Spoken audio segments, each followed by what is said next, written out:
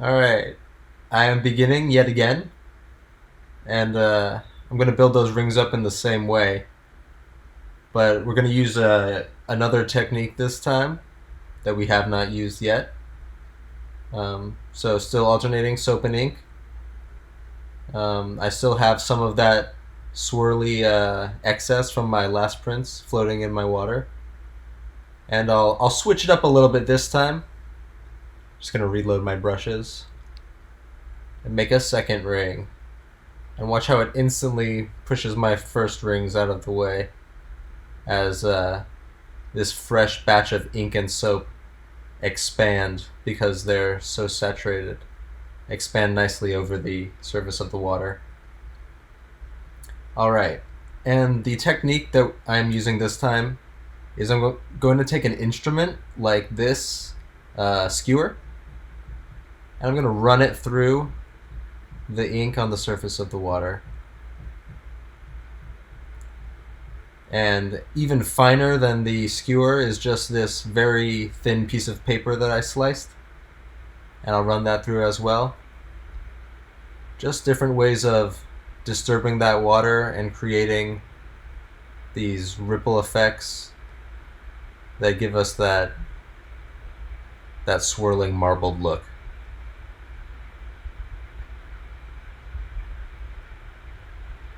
Alright, and again, I'm watching my pattern swirl around, waiting for an opportune time to drop in, this time the watercolor paper, which is a bit thicker and stiffer than the other papers.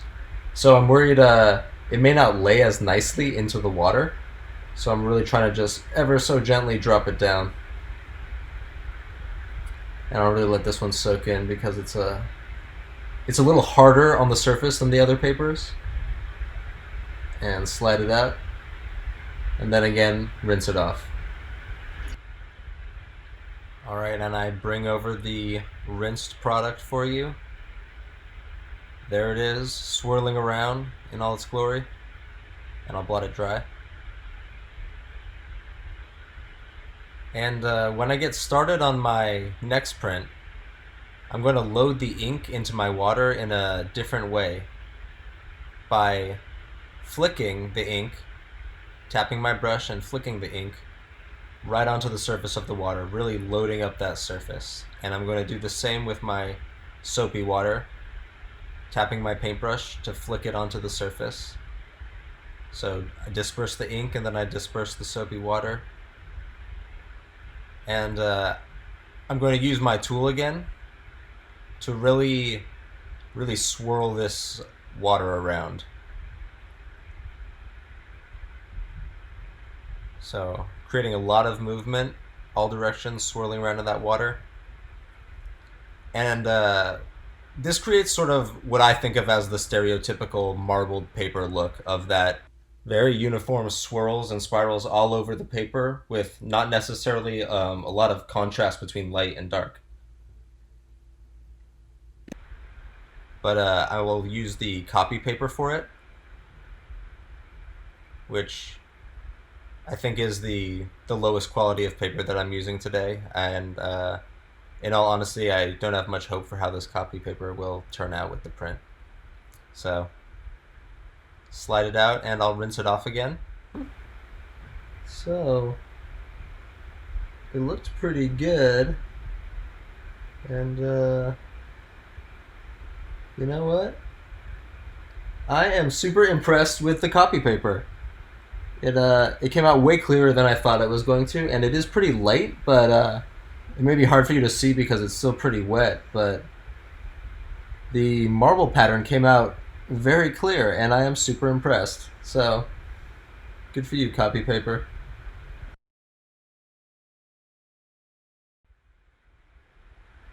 Okay. And so, the only paper that I have not tried yet is the printmaking paper, which I feel will be the nicest paper to use. So I'm going to make a print that pulls out all the stops, and I'm going to use all the techniques that I've gone over so far. So I'm starting with my concentric rings, my concentric circles, building those out by alternating the ink and the soap, the ink and the soap. I will use my breath. I'll blow on it um, to make jagged lines and to make a swirl. I will use a tool to trace through the water and again disturb the ink in a different way. And I'm going to load up my brushes one more time and do something a little unorthodox by starting another set of rings right out of these. Look at that. Whoa.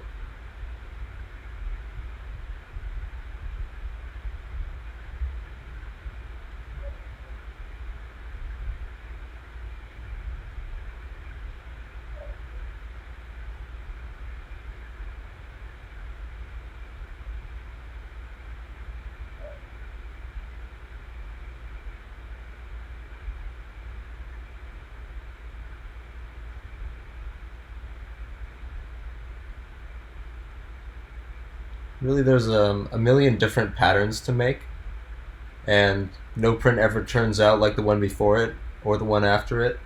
Um, every one is an experiment and its own little discovery when you pull that print out and see how it turned out.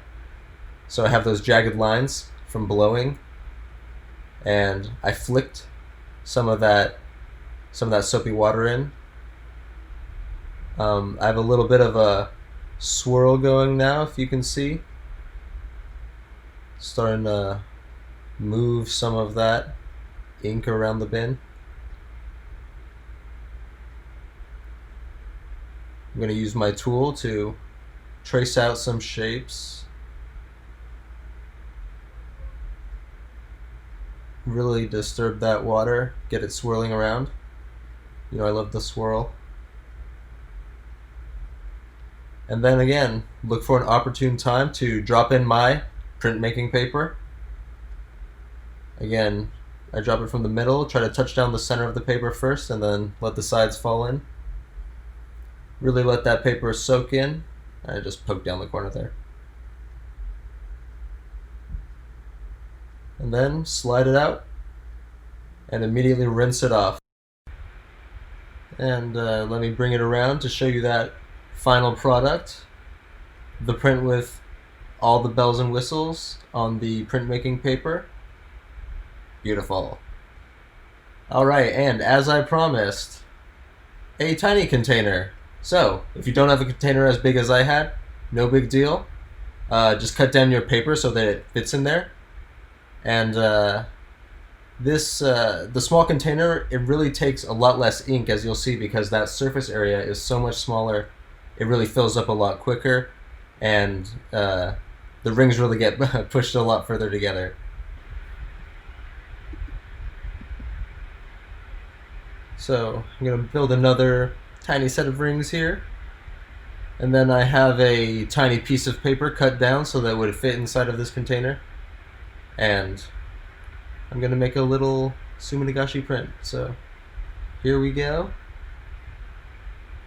and very, very gently I will lay my paper into here. Just making a few more designs in that. And there's the tricky part. Oh! Let that soak in for a second. Rinse it off. There you have it. So, thank you for watching. Please enjoy as I run this gallery of all the prints that I made today. And I hope that you have a great time making your own. Goodbye.